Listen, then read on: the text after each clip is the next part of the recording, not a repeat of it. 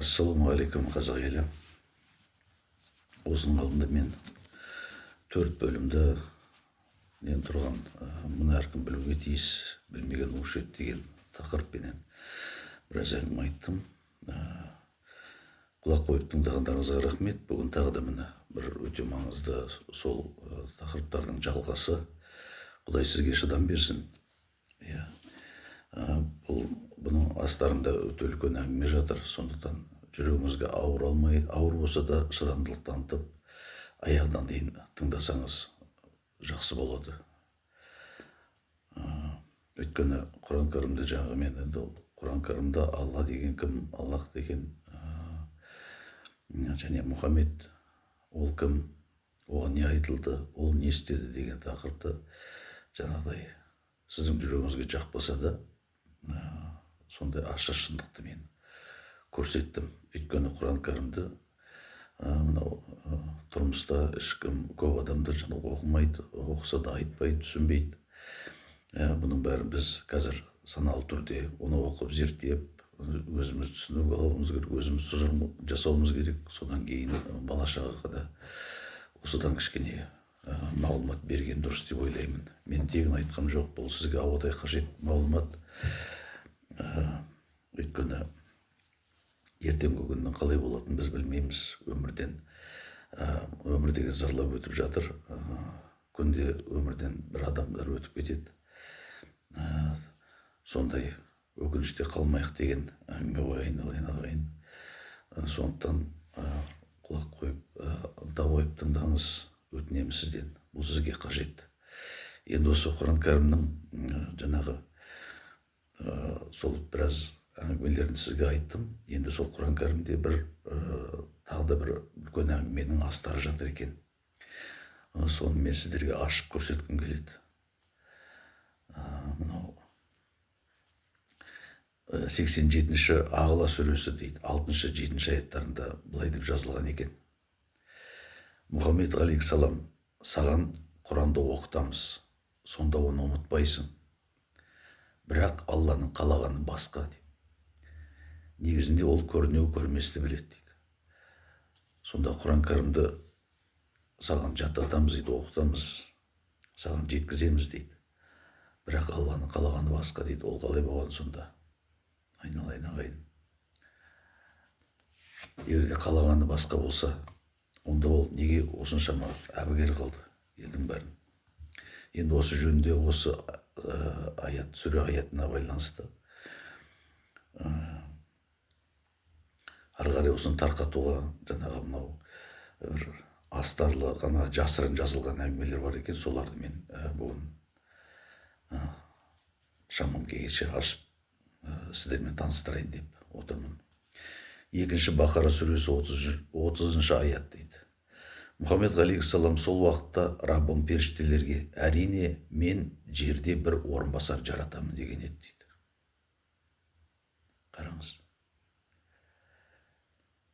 Сол уақытта Раббым періштелерге, әрине мен жерде бір орынбасар жаратамын деген еді дейді.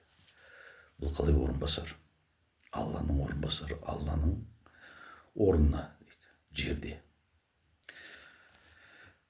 4-ші Ниса сүресі 54-ші аят. Олар Алланың өз кеңшілігімен адамдарға берген қызғанымы дейді.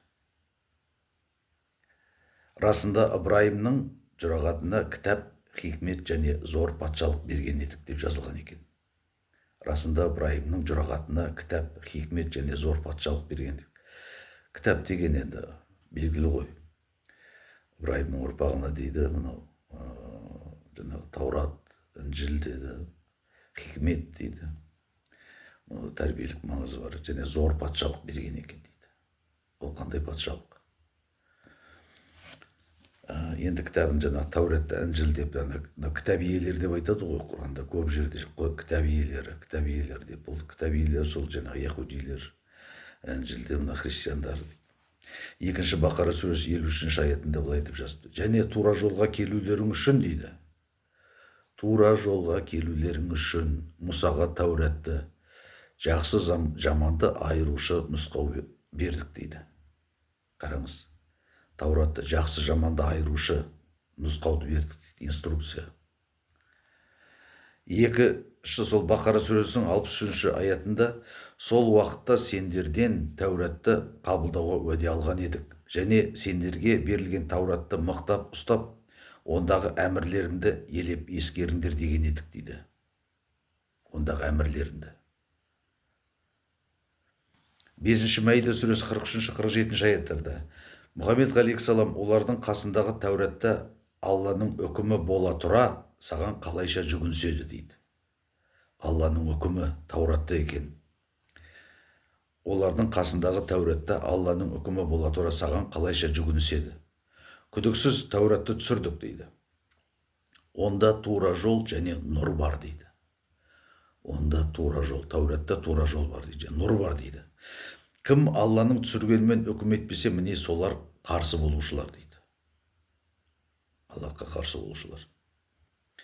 Және кім Алла түсірген заң бойынша билік етпесе, міне солар залымдар дейді.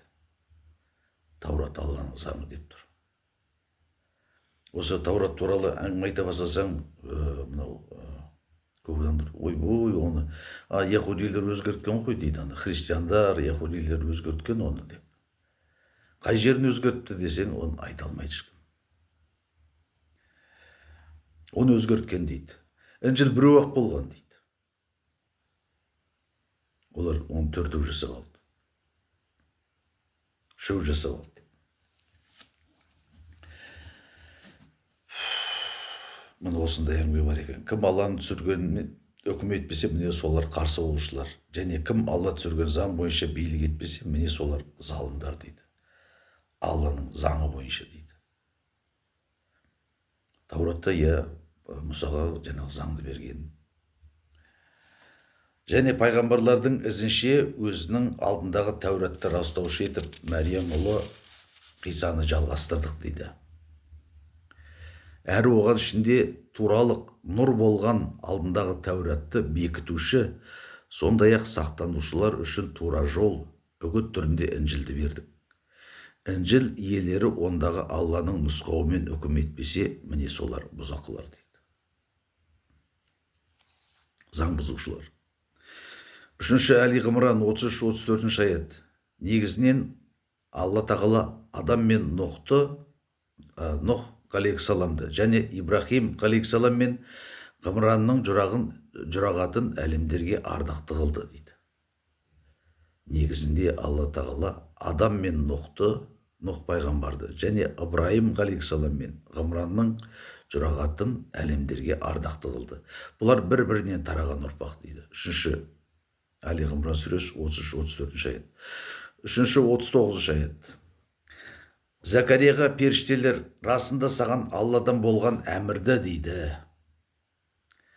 Қиса алейхиссаламды растаушы ел ағасы нәпсісіне игілерден бір пайғамбар болатын Яхиямен қуанышқа бөлейді деп дауыстады. Яхиямен. Расында саған Алладан болған әмірді дейді. Иса алейхиссалам.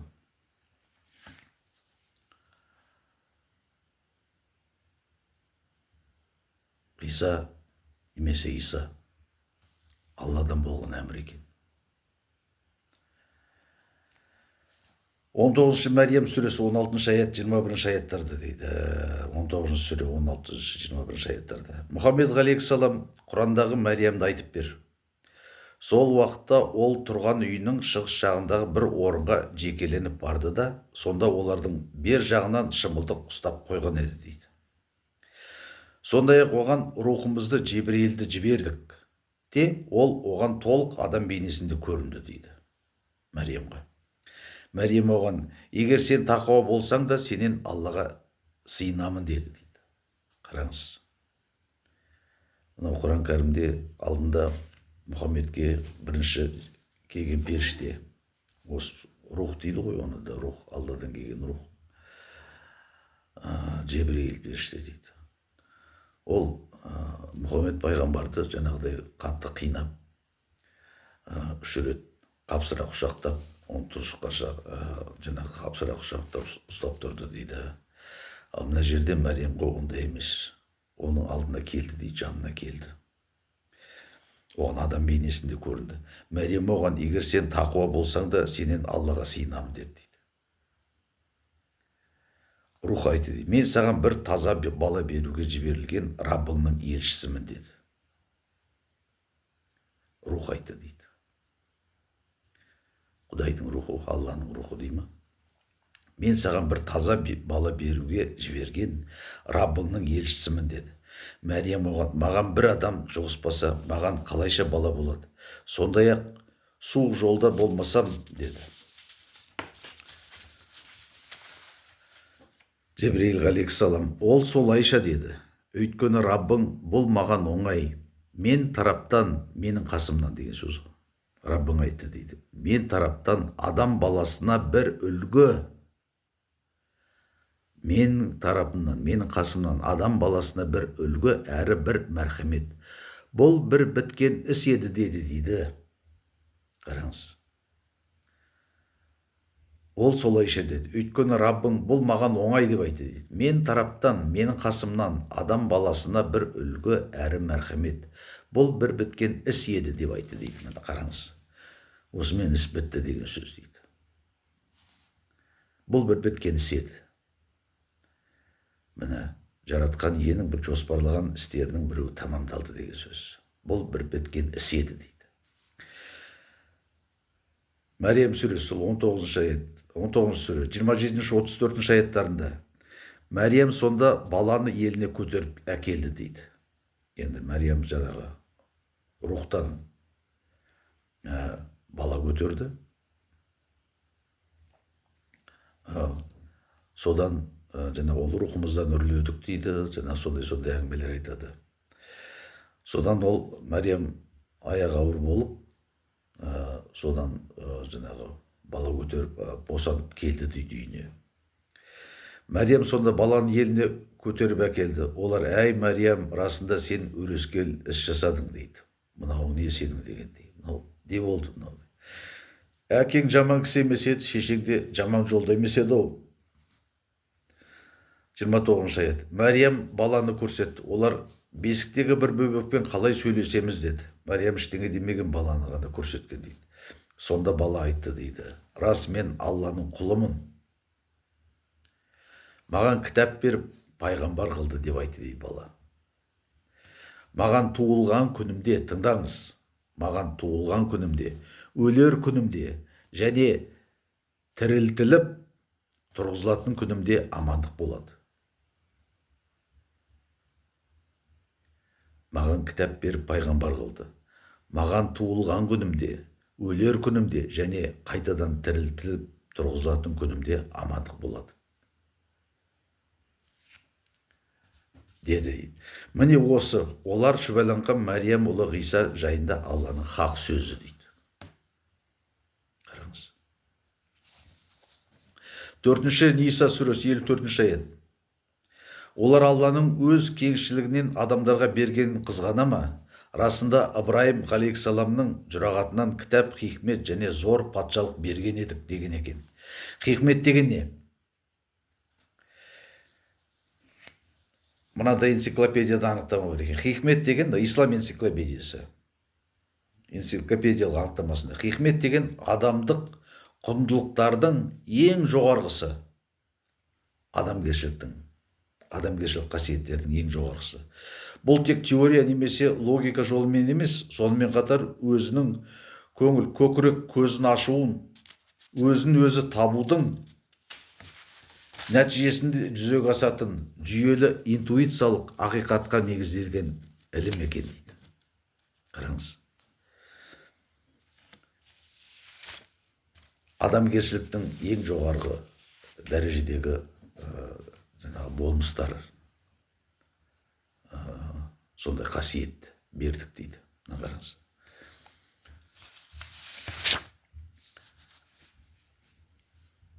Расында Ибраим ғалейхиссаламның жұрағатына кітап, хикмет және зор патшалық берген едік дейді. Зор патшалық. Қараңыз.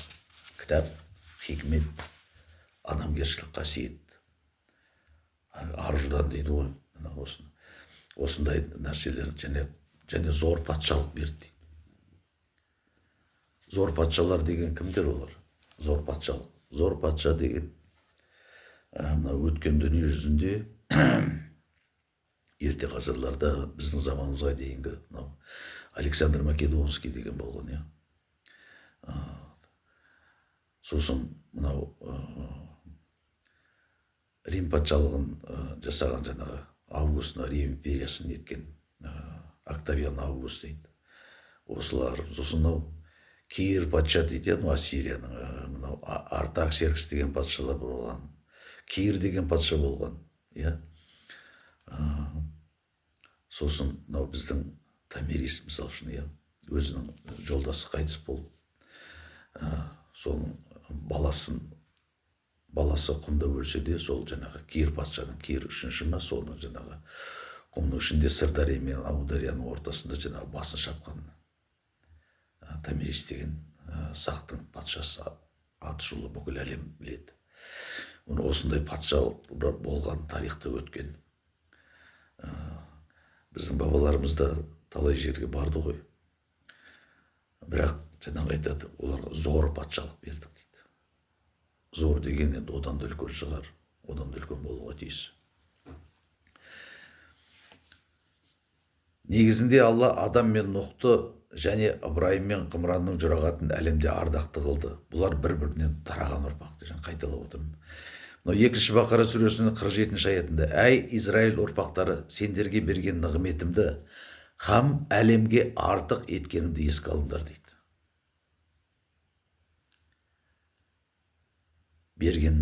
Сендерге берген нығметімді һәм әлемге артық еткенімді еске алыңдар. 2 Бақара сүресі 122 аят: «Әй Израиль ұрпақтары» дейді, қараңыз.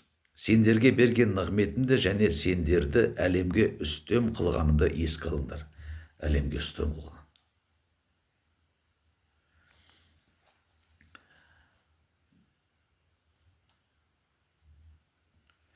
Қырқыншы Ғафыр сүресі дейді, 53-55 аяттарда. Мынау 87-ші сүреде былай деген екен: «Мұхаммед алейхиссалам, саған Құран оқытамыз, сонда оны ұмытпайсың, бірақ Алланың қалағаны басқа» делінген. Басында айттым ғой, иә. Алланың қалағаны басқа. Сонда ол қалай екен, осы ойыңызда болсын. 40-шы сүре 53-55 аят: «Расында Мұсаға тура жол беріп, Израиль ұрпақтарын Тәуратқа мұрагер қылдық». Тәуратқа, Алланың заңына Израиль ұрпақтары мұрагер дейді. Ақыл иелеріне тура жол әрі үгіт. Ақыл иелеріне.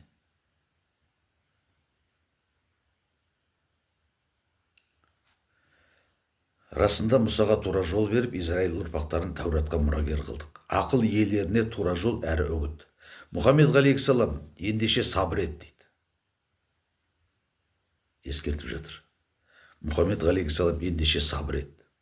Шын мәнінде Алланың уәдесі хақ дейді. Алланың уәдесі хақ.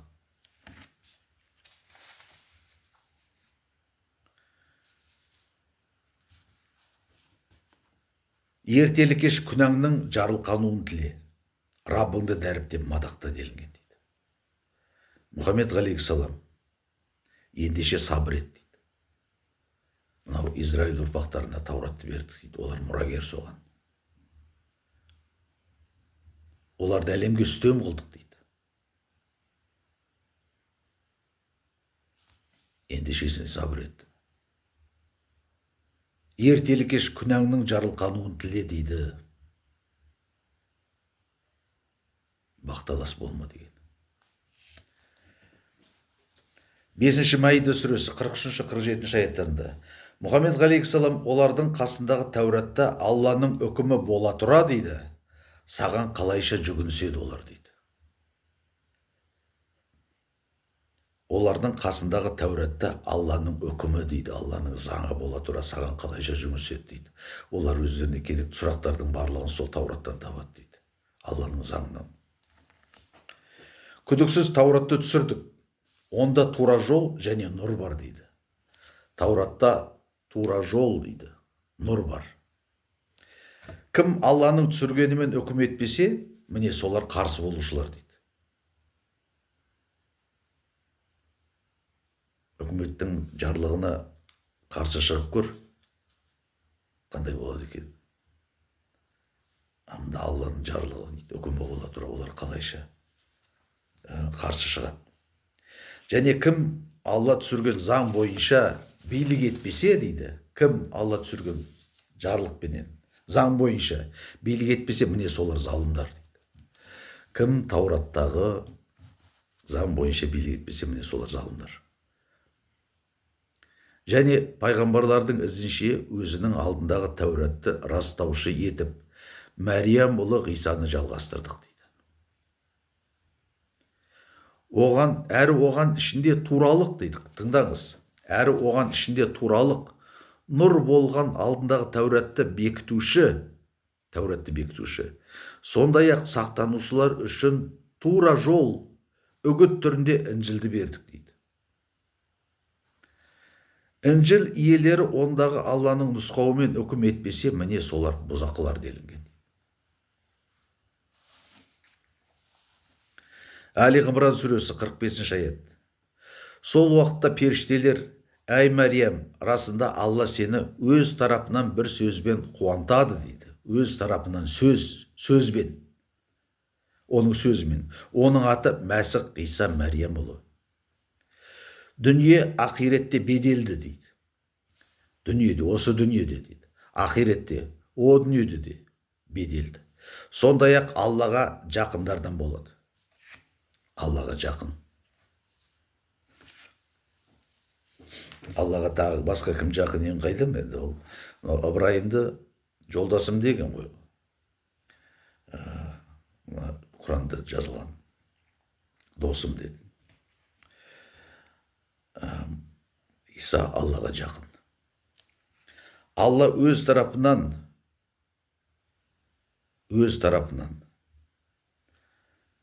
адамзат баласы үшін жіберген тірі сөзі. Иса. Есіңізде болсын. Жаңа Құран кәрімде айтты ғой, ең бірінші жаңағы қаламды жаратты дейді Алла. Ол бәрін жазды деді түгел, иә. Негізінде мынандай тағы варианттар бар. Алла бәрін сөзбен жаратқан. Сөз арқылы. Ол бол деп айтты, осылай болсын деді, солай болды. Иса Алланың тірі сөзі. Тірі сөзі ағайын. Жүрегіңізге сыйғыза алмассыз мүмкін, бірақ ақиқатында солай. Ол тірі сөз. Мәсіх дейді. Мәсіх деген бұл титул. Ерте заманда патшаны тағайындағанда, Израиль халқында жаңа мұсалар, заманда бертінде мұсадан кейін патшаларды тағайындағанда май жаққан екен пайғамбарлар, болашақ патшаның басына май жаққан. Мәсіх деп атақ берген Исаға. Ол патша. Патша дегенді білдіреді, Мәсіх деген. Али Ғимран 3 сүре 62 аятында: расында осы Ғиса ғалейхиссаламға байланысты қиссалар әлбетте шындық дейді. Ғисаға байланысты қиссалар әлбетте шындық. Алладан басқа ешбір тәңір жоқ. Шын мәнінде ол Алла дейді. Қараңыз. Алладан басқа тәңір жоқ, шын мәнінде ол Алла. Аса үстемді тым кемеңгер. Бұл сіздің жүрегіңізге әзір сыймайды әрине. Бірақ Құранда жазылып тұр. Айтып отырмын, астарлы сөз. Али Ғимран 55-56 аяттарда: сол уақытта Алла: ей Ғиса, сені мен алушымын дейді. Сондай-ақ өз тарапыма көтерушімін. Әрі қарсы болғандардан тазартушымын да. Саған ілескендерді қияметке дейін қарсы болғандарға үстем қыламын. Исаға ергендерді қарсы болғандарға үстем қыламын дейді. Исаның соңынан ергендер оның қарсыластарынан үстем тұрады дейді. Ал енді сондай қарсы келгендерді дүниеде, ақиретте де өздерін қатты азаппен қинаймын дейді. Олар үшін ешбір жәрдемші болмайды. Қараңыз. Алланың тарапынан, Алланың жанынан келген сөз деді ғой, сол Алланың сөзін тыңдамаған, оны қабылдамаған адамды мынандай жағдайда қинаймын дейді, азап беремін дейді. Олар үшін жәрдемші жоқ. Бұны жүрегіңізге әрине сыйғыза алмайсыз, сізге ауыр шығар. Дегенмен мен сізге информация беріп отырмын. 4-ші Ниса сүресі 171 аят. Әй кітап иелері, діндеріңде артық кетпеңдер. Аллаға байланысты шындықты айтыңдар. Шынайы түрде Мәриям ұлы Мәсіх Иса Алланың елшісі әрі Мәриямға жалғастырған сөзі дейді. Алланың сөзі. Және Алла тарапынан бір рух делінген. Ол әрі Алланың сөзі. Сізге Алла барлық дүниені сөз арқылы жаратты деп ешкім айтпайды. Мешіттегі имамдар, моллалар олар айтпайды. Алланың дүниені қалай жаратқанын өткенде айттық қой, тақырыптарда жаңа өткенде. Құран кәрімде мынау Мұхаммедке айтқанын, жаңағы періштенің, Жебірейілдің айтқанын, Аллахтың өзінің айтқанын, біресе мен жараттым, біресе біз жараттық деп. Бүкіл әлемді жаратушы ол өзін, мынау бүкіл әлемді өзінің сөз арқылы жаратқан дейді. Бұнда кейбір ислам ғалымдар кейбір айтады, мынау осы Африка елдерінде бір önce мешітте медреседе оқып жүрген бір адам сұрапты. Осы Иса туралы. Иса ол Алланың сөзі деген. Сонда айтылады ғой, Алла бәрін сөз арқылы жаратқан дейді. Сонда сұрадым дейді. Сонда егер ол сөз арқылы жаратса, сөз жаралушы ма, жоқ әлде жаратушы ма деп. Қараңыз. Алланың сөзі ол жаратушы ма, әлде жаралушы ма дейді. Ол сөзді жаратты ма, жоқ әлде ол Алланың өзінде болды ма? Міне осы сұрақпенен үлкен дискуссия болып, ол кісіні медреседен қуып жіберді. Міне осындай әңгіме. Тыңдаңыздар қарай. Шынайы түрде Мәриям ұлы Мәсіх Иса Алланың елшісі, пайғамбар дейді. Мәриямға жалғастырған сөзі Алланың сөзі. Және Алла тарапынан бір рух дейді. Рух. Осы Тауратты былай жазады, Таурат жөнінде. Олар Тауратты өзгерткен, ондағы Мұхаммед алейхиссалам туралы жазылған жерлерді олар жасырады деп, мынау яһудилерді, христиандарды кінәлайды. Мұсылман ғалымдары. Олар оны өзгерткен ғой, Тауратты өзгерткен ғой деп. Тыңдаңыз. Таурат пен Інжіл жазылғалы, мынау ғалымдардың айтуы бойынша христиан яһудилердің 1600 жыл бойы жазылған кітап екен ол. Бірнеше кітаптан тұрады. 1600 жыл бойы жазылып келген. Басы Мұсаның 5 кітабынан басталады екен. Ағайын. Қай жерін өзгерткен, қалай өзгерткен? Жоқ, олар жаңағы келетін соңғы пайғамбардың Мұхаммед туралы аяттарын олар өзгертіп, басқа жасырып жазған дейді. Оған әлі ораламыз. Кешегі соңғы бөлімде айттық қой Мұхаммедтің қалай дүниеден өткенін.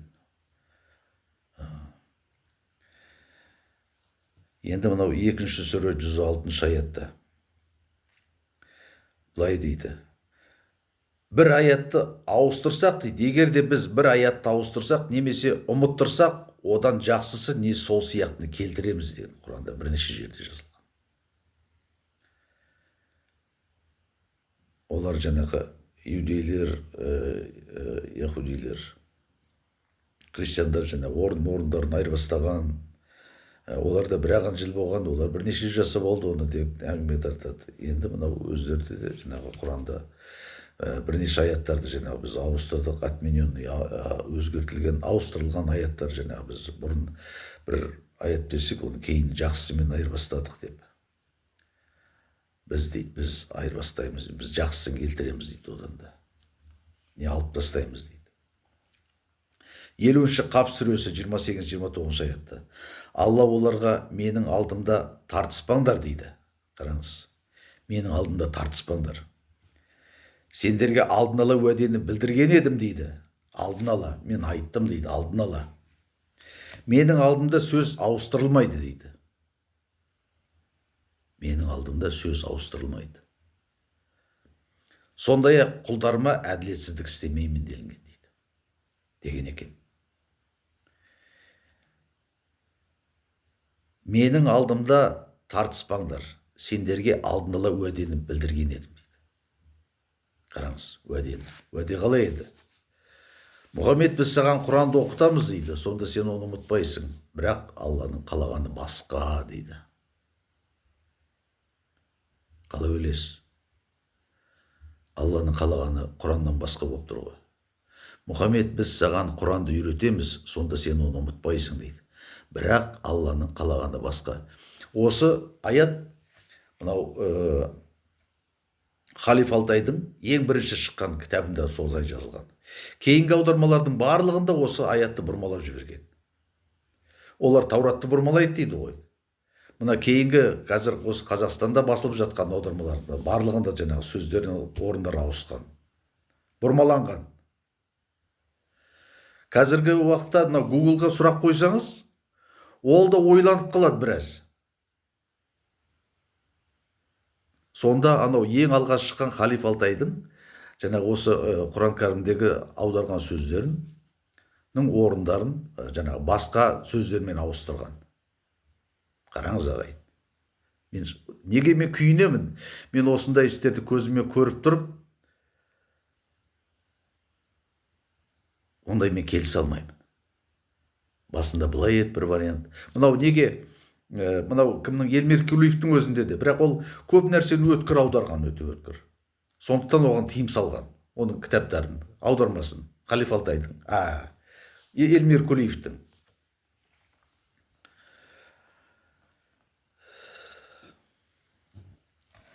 Мен сендерге алдын ала уәдені білдірген едім, уәдесі.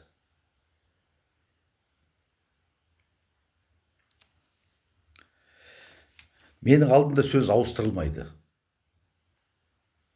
Құдайдың сөзі ауыстырылмайды. Ол адам емес, бір күн былай сөйлеп, ертең былай сөйлейтін. Жоқ, кеше мен байқамайды қап, ана аятты мен бүгін ауыстырдым деп.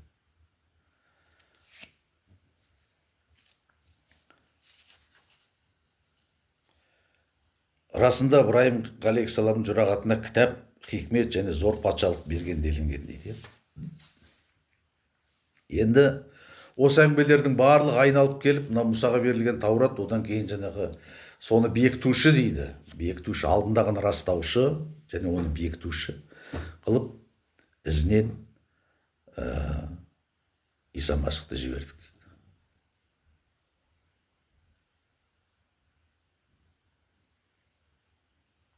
Али Ғимран сүресі 45-49 аятта. Сол уақытта періштелер, әй Мәриям, расында Алла сені өз тарапынан бір сөзбен қуантады. Оның аты Мәсіх Иса Мәриям ұлы. Дүниеде де, ақиретте де беделді дейді. Беделді екі жақта да. Сондай-ақ Аллаға жақындардан болады. Алла оған кітапты, хикметті және Таурат, Інжілді үйретті. Өзі үйретті дейді. Иса айтады. Шын мәнінде сендерге Раббыларыңнан мұғжизамен келдім. Шында да мынадай керемет қой, Құдайдың құдіретіменен. Құдайдың рухынан туды Иса. Ол Мәриямға күйеу болып тиген жоқ, алған жоқ. Міне Құдайдың құдіретіменен қыз Мәриямның құрсағында адам болып жаратылды. Құдайдың сөзі. Тыңдаңыз айналайын ағайын. Мен бұны былай неге айтып отырмын? Ертең сағат болғанда дейді Құдайдың белгілеген уақытында Иса жер бетіне келеді. Мен неге айтып отырмын осыны? Иса жер бетіне келіп, бүкіл әлемді соттайды дейді ағайын. Ол тірілтеді. Қазір айтам ол жөнінде аяттарды. Ол бүкіл өлгендердің барлығын тірілтетін Иса. Ертең соттайтын Иса. Мұхаммед емес, басқа емес, Мұса емес, Ыбырайым емес, Жебірейіл емес, Иса. Алла оған кітапты, хикметті және Таурат, Інжілді үйретті. Иса айтады, шын мәнінде сендерге Раббыларынан мұғжизамен келдім. Міне, ғажайыппенен келдім дейді. Сендерге құстың мүсіні сияқты жасап, оны үрлеймін дейді. Қараңыз міне. Бұның астарында терең жатыр. Бұл әрине бұндай болмаған, бұл өтірік аңыз сияқты жазған. Қараңыз.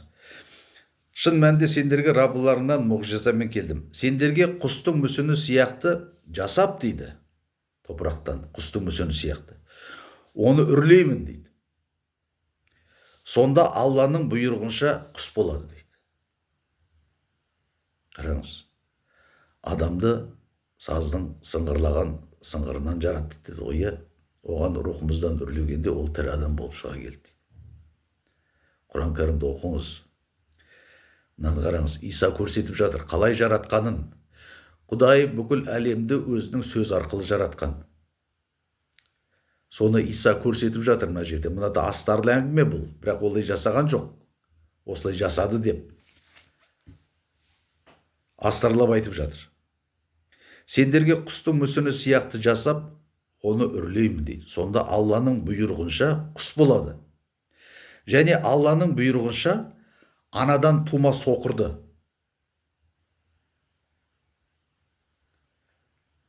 Туа соқыр болған, көзі жоқ, көзі көрмейтін, ағарып кеткен ғаріптер болады. Қазір уақытта да көріп жүрсіздер ғой. Мынау бір керемет өнердің адамдары, бір 2 жас жігіт, екеуі ма нешеу міне. Олардың жаңағы көз жанарлары көрмейді. Бірақ Құдай оларға сондай керемет талант берген. Олар қазір сахнада, мынау Қытайдан келген бір азамат, өзіміздің Қазақстанда осы жүрген балалар бар, сондай ғаріп болған. Міне осылар керемет, ғажайып. Құдай оларға сондай керемет қабілет берген. Міне сондай анадан тума соқырды дейді. Қазіргі заманда медицинада әлсіз ондай жасай алмайды. Ондай жасай алмайды. Анадан тума соқырды аламес дейді, аламес, алапес. Мынау өте жаман ауру, лепра, проказа деген аурулар болған. Міне осыларды сауықтырған. Қараңыз. Өте жаман аурулар. Осындайларды сауықтырған Иса. Өлікті тірілтемін дейді. Ертең қабірде жатқандардың барлығын. Енді бізде баратын шығармыз жаққа, ол Иса келгенге дейін. Кім біледі? Иса тірілтеді сізді. Шын айтамын. Өлікті тірілтемін деп тұр. Әрі үйлеріңде не жеп, не қойып тұрғандарыңды мен хабар беремін дейді. Қараңыз. Сіз үйіңізде не жеп, не қойып отырғаныңызды, қандай жағдайда отырғаныңызды мен білемін дейді. Адам баласы сондайды біле ала ма? Неше жерден пайғамбар болса да, жер бетінде қаншама миллиард халық бар. сендердің үйлеріңде не істеп не қойып отырғанда, не жеп отырғандарыңды білемін дейді. Көрнеу көрместі де білемін деген сөз. Расында бұл жағдайда сендер үшін әрине үлгі бар. Егер иман келтіргендер болсаңдар дейді. Келтірген болсаңдар, иман келтірген. Егер сенсеңдер.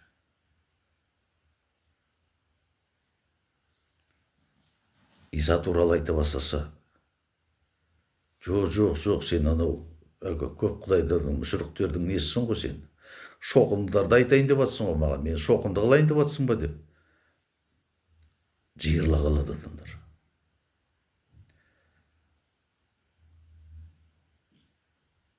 Исаға сенетін адамдар, Исаның соңынан ергендер. Қазір айтамын 12 елшісі жаңағы туралы. Иса шоқындыруды үйреткен жоқ. Иса шоқынған жоқ. Иса шоқындыруды үйреткен жоқ, ондай өсиеті жоқ. Шоқындыруды басқа католикті, православный бөлінді ғой өздері. Сонда жаңағы шайтан оларға солай деп үйреткен. О, Иса, сен ағашта осылай керіліп шегелендің, мен үшін өлдің деп қолыменен, бірақ іс жүзінде айтқан сөздеріменен жасаған істері сай келе қоймайды. Оны алдыда айтамын, өздеріңіз түсінесіздер.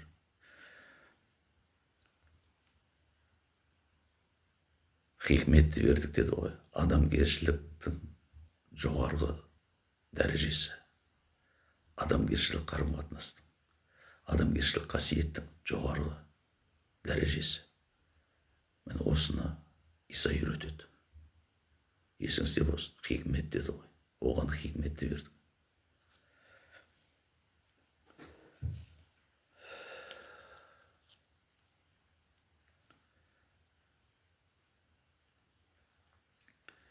Енді әрине иман келтірсеңдер дейді.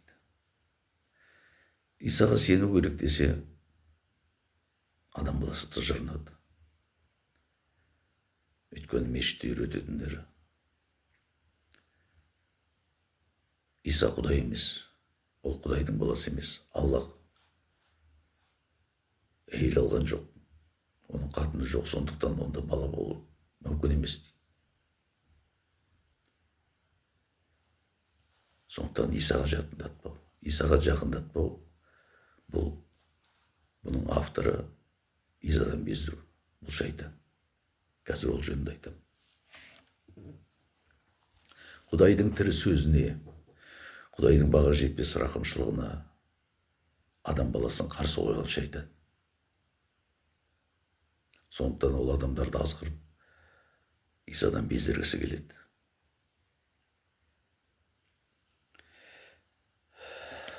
Оның патшалығы бар. Ол жөнінде де әңгіме айтамын қазір.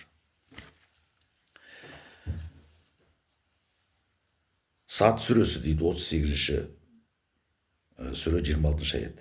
Әй Дауд дейді, сені жер жүзіне меңгеруші қылдық.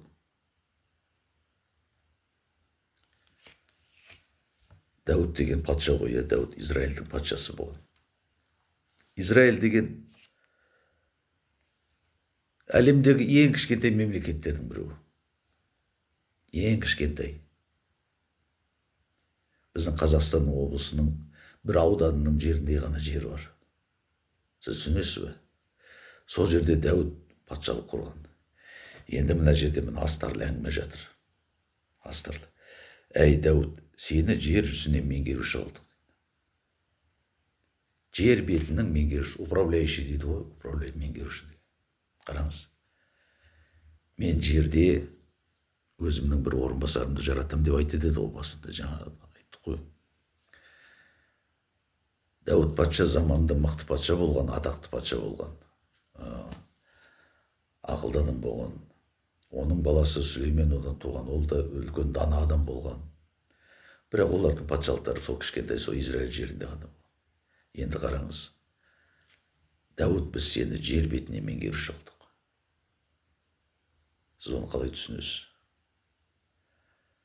мен айтайын, Исаның бір есімінің аты Дәуіттің ұрпағы деген. Дәуіт патшаның ұрпағы деп Құдай солай айтқан, атаған оны екен. Сонда жер бетіне Құдайдың патшалығын Иса орнатады деген сөз.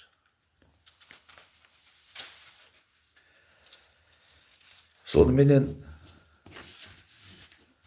сіз ойлап қалатын шығарсыз, бұл кешке дейін Исаны айтып, Исаны мадақтап, бізді жаңағы шоқындыларға апарайын деп отыр ғой. Тағы да айтамын, Иса шоқынды емес.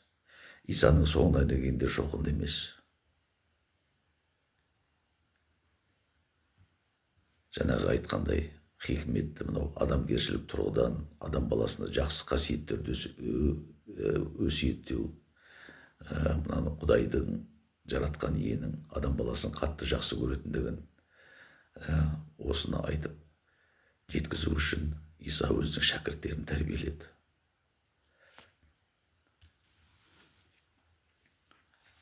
Енді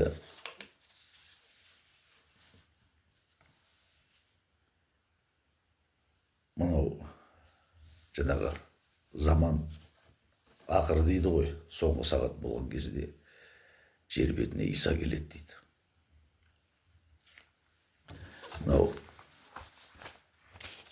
жаңағы айттым, Әзербайжанның ғұламасы, мынау ислам ғұламасы. Сол мынау мұсылман сенімінің негізі деген Құранға және сүннаға байланысты деген мынау Салих ас-Сухейми деген ғалымның жазған кітабын Эльмир Кулиев аударыпты. Основа веры в свете Корана и Сунны пророка деген. Сол кітапта, жаңа мен оны қазақша, орысшаға аудармадым, бірақ мен сіздерге мағынасын айтайын қазір. 4-ші тарауында дейді: вера в последний день. Соңғы күнге деген сенім. Бұнда жаңағы бірнеше ақыр заманның бірнеше белгілері болады дейді. Соны жазады. Третьим признаком судного дня является сошествие Исы бен Марьям. Үшінші белгісі. Ақыр заманның үшінші белгісі Иса Марьямұлы жерге келеді дейді. Он сойдет с небес на землю и станет справедливым правителем. Он станет справедливым правителем дейді. Жер бетіне әділетсіздік жайлайды. Сонда Иса келіп әділетті орнатады дейді. Соны әр жағында жазады, ол келіп шошқаларды өлтіреді дейді. Шошқаның жазығы не?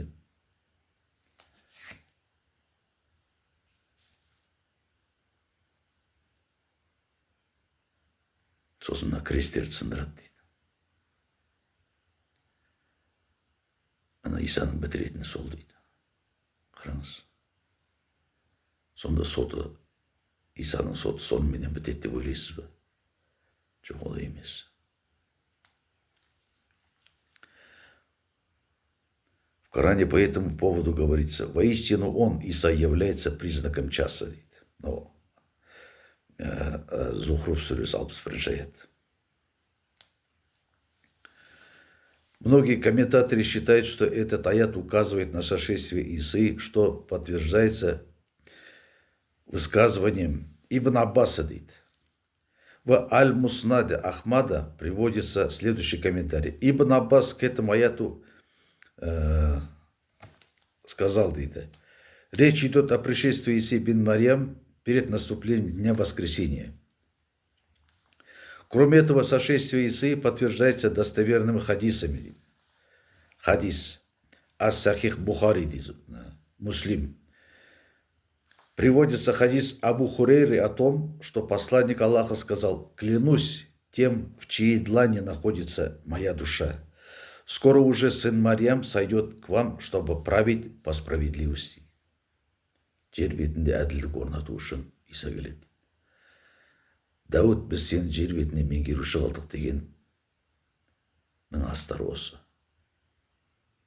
Дәуіттің ұрпағы Иса жер бетіне келеді көктен, Құдайдың қасынан. Сосын әділдік орнатады.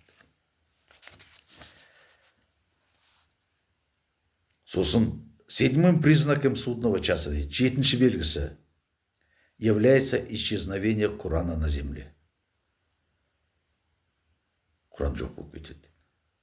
Неге?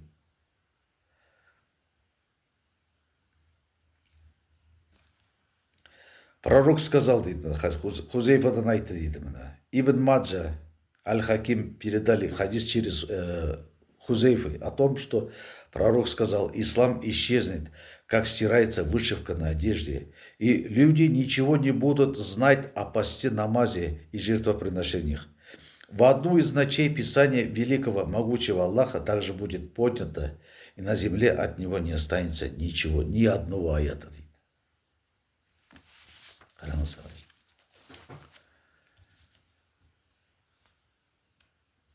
Өйткені Иса жер бетіне келгенде ол мынау Таурат және Інжіл бойынша сот жүргізеді.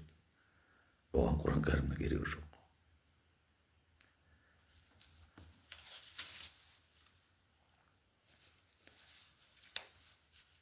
Иса ол кім деген сұрақ туады. Бағандан Иса туралы айтып жатырмын ғой. Иса Құдайдың тірі сөзі. Жүрегіңізге ауыр болса да, айналайын ағайын, бұл аш ақиқат. Иса жер бетіне келеді. Иса Құдайдың тірі сөзі. Құдай әлемді сөз арқылы жаратқан. Егер сөз арқылы жаратса, сөз Құдайдың айтқанын жаратып жатса, сөз онда жаратылушы ма, әлде жаратушы ма?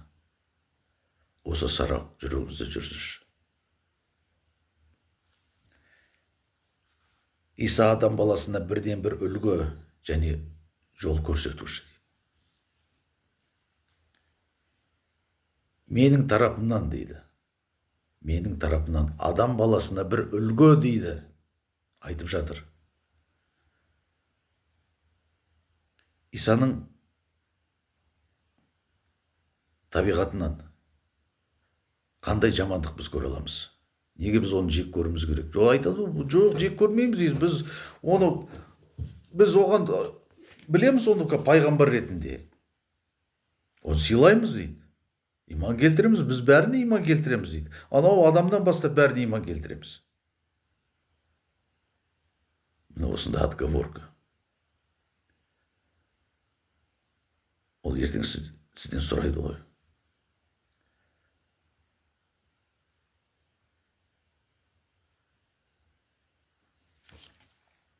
Иса адам баласы үшін бірден бір үлгі және жол.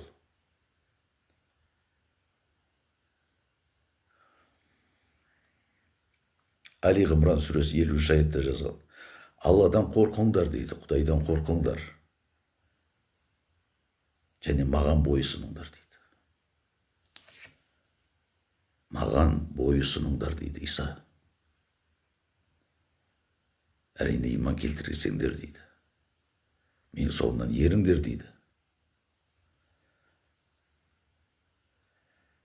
Иса айтты, дейді. Алла жолында жәрдемшім кім деп айтты, дейді. Алла жолында менің көмекшілерім кім? Сонда хауарилер айтты, дейді. Хабаршылар. Ізгі хабарды таратушылар. Інжіл деген ізгі хабар. Қуанышты хабар деген сөз.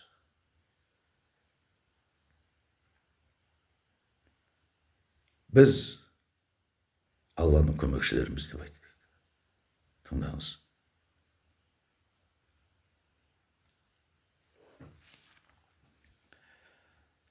Он екі елшісі Исаның. Мынау 36 Ясин сүресінде тағы бір жасырын әңгіме бар.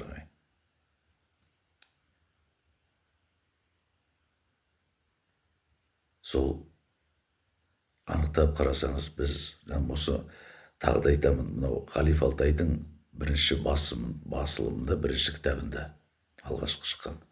Сол кітабының басында жазылып тұр 36 Ясин сүресінің. Иса алейхиссалам Мәсіхтің 12 елшісі туралы деп осы мынау сол елшілер туралы әңгіме айтқанда, сонда Антахия қаласында дейді. Антахия деген мынау Сирияның Антиохия деген қаласы. Ол өте тарихи қала. Сонда 12 елшілер туралы сол жаңағы бір елшіні сол жерден таспен ұрып өлтірді дейді. Сонда оған айтылды, жұмаққа кір деп. Оны өлтірілген үшін емес, ол жаңағы ізгі хабар айтқан үшін адамдар оны таспен ұрып өлтірді. Сонда ол жұмаққа кірді. Құран кәрімде аят бар. Олар айтады, христиандар ғана жұмаққа кіреді деп. Ана жерде Антахия қаласының Исаның елшілері келген қала деп жазады. Сонда сол жаңағы бір елшіні сол жерде таспен ұрып өлтіреді. Сонда сол елші жұмаққа оған кір деп айтты дейді. Ол жұмаққа кірді. Қараңыз.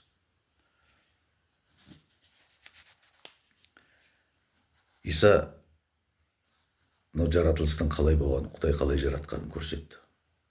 Саз балшықтан құстың мүсінін жасап, оған оны үрледі. Рухынан деп айтады, рухымыздан үрледі деп адам жаратқанда. Міне солай Иса көрсетті, Құдайдың қалай жаратқанын. Алапестерді мынау лепра, проказа деген аурулар, жаман ауруларды емдеді. Анадан соқыр болып туғандардың көзін сауықтырды. Мылқаулардың тілін шығарды. Өлгендерді тірілтті, ең маңыздысы. Қараңыз. Өлгендерді тірілтті. Ол Інжілде бар. Және сіздердің үйлеріңізде не жеп, не ойып отырғандарыңызды ол біліп отырады. Ол біледі. Сонда Исаны кім деп ойлайсыз? Ағайын, бұл сіздің жүрегіңізде сұрақ болсын. Осы жөнінде ойлаңыз. Өйткені ол ертең келеді жер бетіне.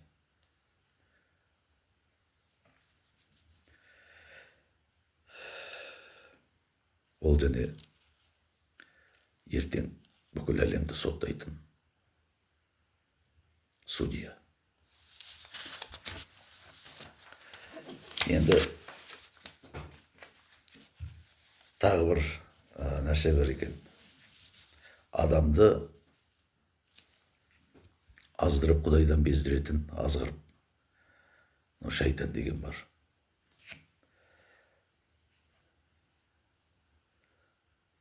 Соның шайтанның айтқан сөзі бар екен. Қараңыз. 15-ші сүре 39-шы аят. Раббым дейді, мені қаңғыртқандығың үшін, қараңыз, мені қаңғыртқаның үшін, әлбетте адам баласына жер жүзіндегі жаман нәрселерді жақсы қылып көрсетіп, олардың барлығын адастырамын дейді. Шайтанның уәдесі екен. Раббым, мені қаңғыртқандығың үшін, әлбетте адам баласына жер жүзіндегі жаман нәрселерді жақсы қылып көрсетемін дейді. Жаман нәрсені жақсы қылып көрсетемін. Олардың барлығын адастырамын деп айтады. Барлығын. Олардың астынан да, үстінен де, төбесінен де, оңынан да, солынан да шығам деген аят бар.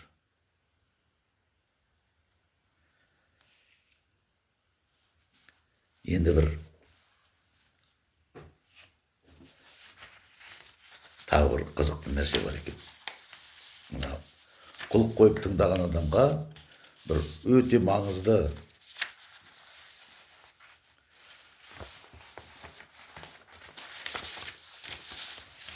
бір әңгіме. Қараңыз. Осы айтылған әңгімелердің барлығын мен өткенде айттым ғой. Қасыңызға Құран кәрімді қойып, асықпай осы мен айтқандарды, сол аят сүрелерді мен салыстырып, осылай ма екен, басқаша ма екен, бұл өтірік соғып жатыр ғой деймін деп деген ой болмасын. Солай қасыңызға кітапты қойып, Құран кәрімді салыстырыңыз. Өзіңіз убедить етіңіз деген ой көзіңіз жетсін. Жебірейіл алейхиссалам ол солайша деді дейді. Мынау қазір екіншісіне қайда еді?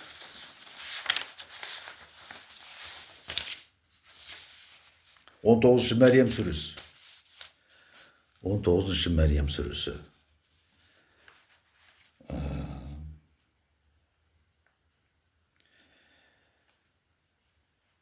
19-шы сүренің 19-шы аяты. Рух, мен саған бір таза бала беруге жіберілген Раббыңның елшісімін деді. Мәриям оған, маған бір адам жұғыспаса және маған қалайша бала болады? Сондай-ақ суық жолда болмасам деді. Жебірейіл ғалейхиссалам, ол солайша деді. Өйткені Раббың, бұл маған оңай. Мен тараптан дейді, қараңыз. Мен тараптан, менің тарапымнан, менің қасымнан адам баласына бір үлгі, әрбір мәрхабет дейді. Махаббат, сүйіспеншілік дейді. Адам баласына үлгі дейді, бір үлгі. Және мәрхабет, сүйіспеншілік. Бұл бір біткен іс еді дейді. Тыңдаңыз, өте маңызды. Мынау 21-ші аят. Бұл бір біткен іс еді дейді. Бітті, мынау. Періште айтып жатыр. Өйткені Раббың, бұл маған оңай, мен тараптан дейді. Адам баласына, менің тарапымнан адам баласына бір үлгі, әрбір мәрхабет. Бұл бір біткен іс еді дейді. Раббың айтты дейді. Қараңыз, Раббың айтты. Бұл бір біткен іс еді. Енді қараңыз. 14-ші Ибрахим сүресі 22-ші аятта былай деп жазыпты. Іс біткен заманда дейді. Тыңдаңыз. Іс біткен заманда, яғни соңғы күні, шайтан айтады. Расында Алла сендерге шындықты уәде етті. Расында Алла сендерге шындықты уәде етті. Сондай-ақ мен де сендерге уәде еттім дейді. Қараңыз. Мен айттым ғой. Аллахтың қасында біреу жағаласып жүрді. Көңіліңіз қалмаңыз, мазақ қылды демеңіз. Сондай-ақ мен де сендерге уәде еттім, опасыздық еттім дейді. Шайтан айтады дейді. Опасыздық еттім. Негізінде сендерді шақырғаннан басқа өктемшілігім жоқ еді. Жай шақырып едім дейді. Сендер өздерің келдіңдер. Негізінде сендерді шақырғаннан басқа өктемшілігім жоқ еді. Сонда да шақыруымды қабыл алдыңдар дейді.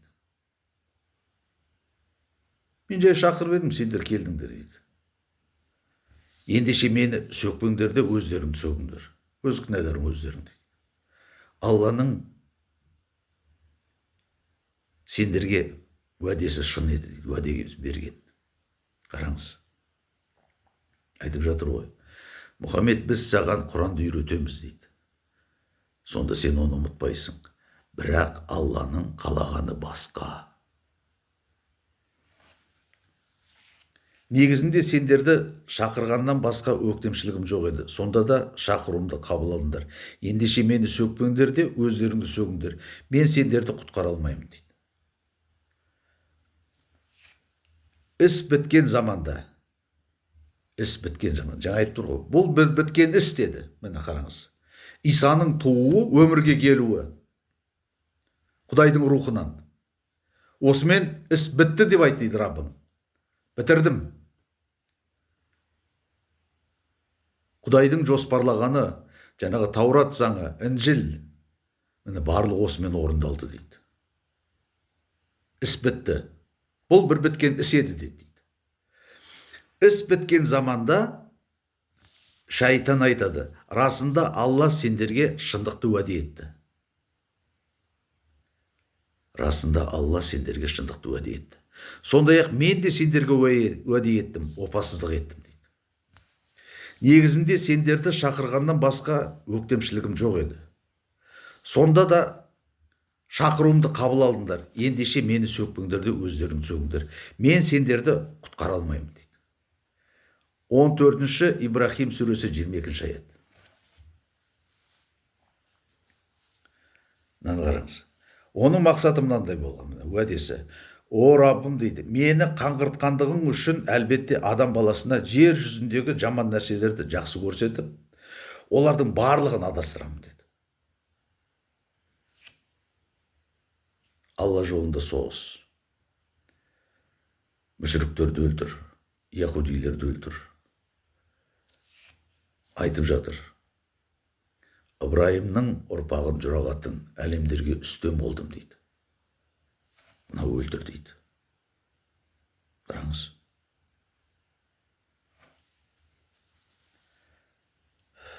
Мен жай шақырдым дейді. Сендер еріп кетіңдер. Менде жазығы жоқ дейді, өздерің біліңдер. Сендер бастарында миларың бар емес дегендейді айтады. Қараңыз. Енді жаңағы айтып отырмын ғой, Иса Құдайдың тірі сөзі. Құдай әлемді өзінің сөз арқылы жаратқан. Иса адамзат баласы үшін бір үлгі. Және Құдайдың сүйіспеншілігі, Құдайдың рақымы.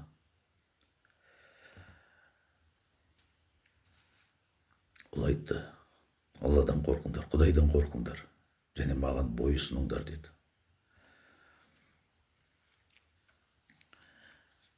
Ол көріне көрместі біледі дейді. Кешіріңіз. Ол жаратылысты көрсетті. Қалай жаратқан адамзат баласын, тіршілік иелерін, жан жануарды, адамды қалай жаратқан. Ол жай жазылған жоқ, бұл жерде астарлап болса да. Өлгенді, Інжілде жазылған, өлгенді тірілтті деп Иса. Соқырдың көзін ашты, ауруларды емдеді. Және ертең келетін әлемнің соттаушысы. Сонда ерте ме кеш пе бәріміз де о дүниелік боламыз ғой. Сонда мына ақиретте де, бұл дүниеде де Иса беделді дейді, оның билігі жүріп тұр. Ол Құдай тағайындаған патша, Мәсіх деген атағы бар. Оның көкте де жерде де билігі жүріп тұр. Бірақ ол соңғы күнді тосып тұр. Бүгінгі күнде мен сізге Иса туралы айттым. Енді қазір жаңа өткен сабақтың соңғы несінде айттым ғой, біздің жастар жаңа көпшілігі. Ислам діні бұл ата бабамыздан келе жатқан біздің дініміз. Сондықтан біз мұсылман болуымыз керек. Мұсылман болып тудық, мұсылман болып өлеміз деп осындай адамдар айтып жатыр. Мұсылманның жаңағы басты бірінші мұсылман дейді. Жаңағы Мұхаммед өзі мен бірінші мұсылманмын дейді. Бірақ оның қалай өмірден қалай өткенде мен тәптіштеп айттым. Осы жолы міне қазір Иса туралы айтып жатыр. Исаның келетіні туралы ол жөнінде жаңағы Құран кәрімде не жазылған жөнінде мен айттым сізге. Енді келесі тақырыбымыз Құдай бұйыртса, Қазақстанға исламның қалай келгені. Және оны неге мен айтып отырмын тәптіштеп. Сол жөнінде тағы да сіздермен ой бөліскім келеді. Уақытыңызды бөліп, құлақ қойып тыңдағаныңыз үшін мыңда бір рахмет. Бұны сіз білуге тиіссіз, бұны әркім білуге тиіс, білмеген өшеді ағайын. Рахмет сіздерге, амандық болсын.